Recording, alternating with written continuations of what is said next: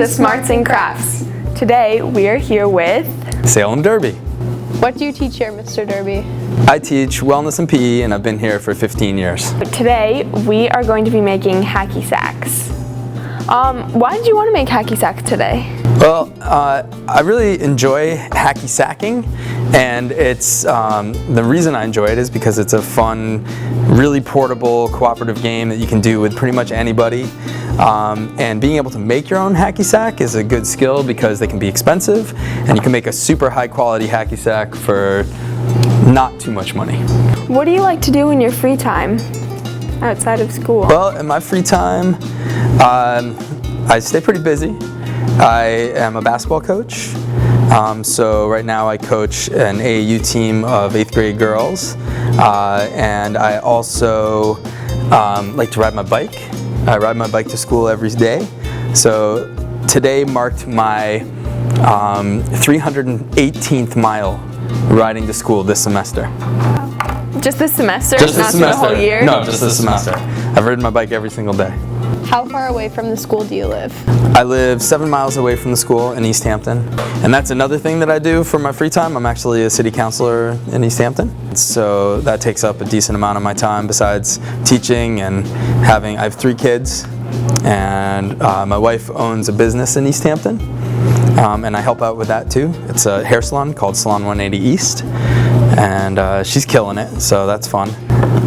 Yeah, but that's, I also mountain bike, and I try to get outside and hike and just spend some time outdoors when I can. How'd you get into hiking and that stuff? I spent a lot of time outdoors with my parents. They were both pretty outdoorsy, and my mom is an expert on wild edible plants. So when I was a little kid, she would take me out foraging for plants. She's actually written 3 books on wild edible plants.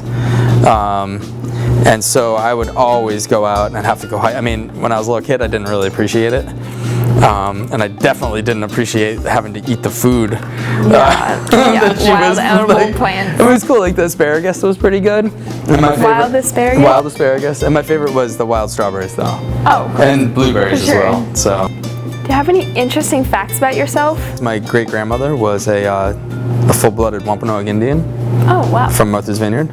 So I'm actually, you might not be able to tell by looking at me, but I'm part of a federally recognized Native American tribe.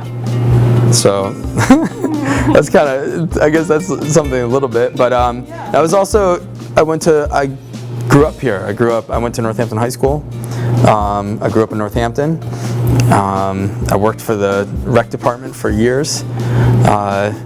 And then I went on to become an international adventure guide. And I led trips in Australia, Fiji, New Zealand, and Africa. Before I started guiding in New Zealand, I went backpacking there. And I just hitchhiked for 6 months around New Zealand. And I ended up at this place called Rotorua, which is in the North Island. And I had no place to stay. I didn't know anybody. And I ended up meeting these guys that, they were my age and they seemed like they were pretty interesting. And so we got to talking, and it turns out they were rafting guides on this river like right outside of town. And they're like, you have to stay with us. You have to, we're gonna take you down this river and it's gonna be so fun. And so I ended up staying with these guys for 3 weeks and living at their house, and they ended up taking me to the river they guided on, which is called the Kaituna.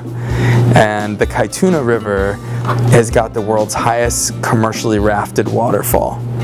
And so they put me in the boat, and we went down these huge waterfalls. The river's a 5+ river, which is pretty high rated. It's pretty intense.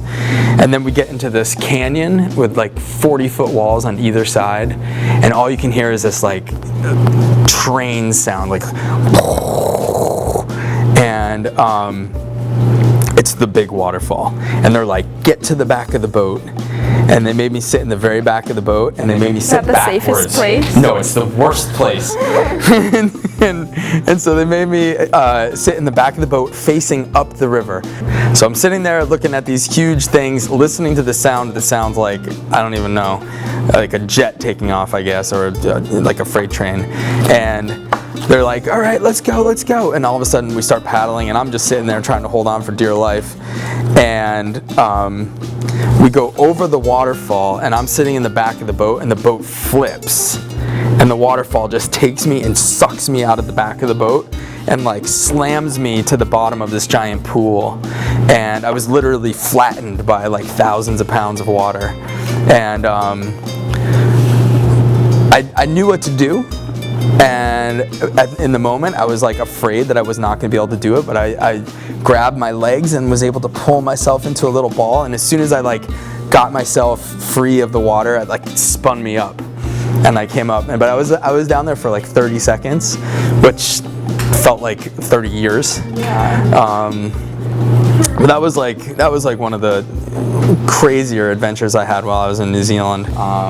Any lasting injuries from it, or was No, like I came out pretty unscathed, you know, surprisingly. And they were like, let's go again. And so I ended up doing it like 5 more times. Every single time flipped over. And in New Zealand, it's a little different. You know, for example, here they make you sign waivers and like do all, like they were just like, whatever, get in the boat. And then after we went over the waterfall and I had this near-death experience, we go down the river a little bit more, and there's a big turn in the river, and we get out. And this kid named Mikey was like, hey, come with me. And now, mind you, his arm was in a cast. And I was like, you know, earlier I'd asked him, I was like, how'd you, you know, hurt your arm? He's like, oh, you know, going down the river. And so I follow Mikey, and we go up to this trail, and it goes up this cliff. And he goes, you know, I'm not going to tell you this is how I broke my arm, but there's no other way down. And he jumps off the cliff into the like broken water. It was like a 60-foot jump. And there was like, it was too steep. There was no way I was going to be able to go down. It was all rocks and net, so I had to jump off after this kid. And he had just told you, and I think he was joking. I don't think he actually broke his arm there, but that's kind of the way he made it sound. It was a little crazy. Have you ever gotten badly injured from any of your outdoor? You know, one time I was heli skiing in New Zealand, and I went off of a pretty big cliff, and I wasn't really expecting it. And I was following somebody, and they went off before me. So when they landed, all the snow that was, like, they kind of like moved, like scattered it. Yeah, so it wasn't like the soft landing I was kind of hoping for, and I really hurt my knees. But I survived, and you know, obviously. Yeah. I've fallen off my bike a couple times, but never really got. Any broken bones? No, let's take a look, because I think we're getting to the point where we can turn it inside out. Oh my god, it's tiny. It's so little. It's a sweet little hacky sack. It's so tiny. Well, you gotta like... So small. Are they usually this small when you make them? No. I think oh wait, hold on, here it is. Here we go. Such a weird shape. Is it supposed to look like an egg? I don't think so. I don't think so either. Yay! Is that all for it's awesome. Let's fill it up. It's just not round. No. Fill it and see what happens. Yeah. I mean, yeah. I'm not like anywhere close to being done. Technically, we're supposed to have a funnel for this, but you know. We're fine. We're completely fine. Fingers crossed. Okay, good. So we made a hacky pill. Yeah, I have 3 kids. My oldest is 19. My middle guy is 17, and 2 boys. And then my daughter is 13. So, I noticed you have a tattoo on your arm. What's the story behind it? Well, one of the things that I've always kind of felt connected to is owls. And when I was a little kid, I went to Arcadia. and they always had owls there, and I always found them really fascinating.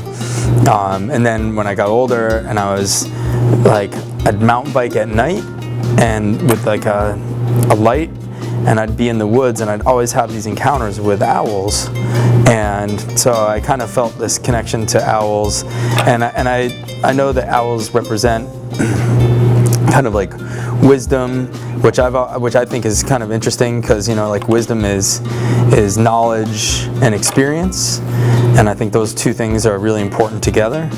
And so when I decided I was going to get a tattoo, it was like, for me, an owl just made sense.